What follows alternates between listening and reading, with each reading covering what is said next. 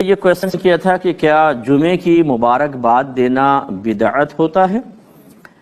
دیکھیں بدعت پہلے یہ سمجھ لیجئے کہ اس کا جواب دیتا ہوں کہ نبی کریم صلی اللہ علیہ وسلم کے زمانے اقدس کے بعد دین اور دنیا میں جو بھی نیا کام ایجاد ہوا اس کو بدعت کہتے ہیں۔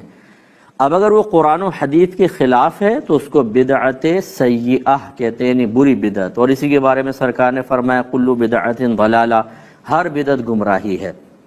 اور ایک روایت کے مطابق کل ضلالۃ فی النار، ہر گمراہی جہنم میں ہے، یعنی جہنم میں لے جانے والی ہے۔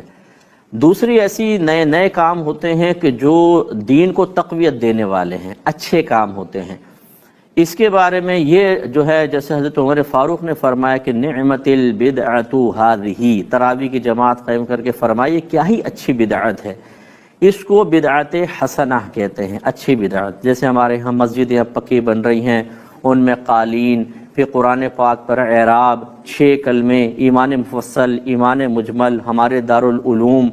ان کے اندر سلیبس، پھر سند کا اجرا، سرٹیفکیٹس وغیرہ، جماعت کے اوقات مقرر کرنا، فجر اتنے، ظہر، عصر، مغرب، عشاء، جمعہ، عیدین، یہ تمام کے تمام بدعات ہیں، لیکن بدعات حسنہ ہیں۔ اور تیسری قسم وہ ہوتی ہے کہ جو نہ گناہ نہ ثواب، نہ اسلام کے خلاف نہ اسلام کے موافق، اسے بدعت مباحہ کہتے ہیں۔ جیسے شیشے کے گلاس میں پانی پینا، بال پوائنٹ سے لکھنا، میرا یہ لباس پہننا، اس ڈیزائن کی ویسٹ کوٹ وغیرہ پہننا، یہ بدعت مباحہ کہلاتی ہیں۔ اب یہ جو جمعہ مبارک کہنا ہے یہ بدعت مباحہ ہے، یعنی اس کو حسنہ بھی نہیں کہیں گے۔ نبی کریم ایک دوسرے کو اس طرح مبارکباد نہیں دیتے تھے، لیکن یہ حدیث میں ضرور ہے کہ جمعہ اللہ تعالیٰ نے جمعے کو مومنین کے لیے عید بنایا ہے،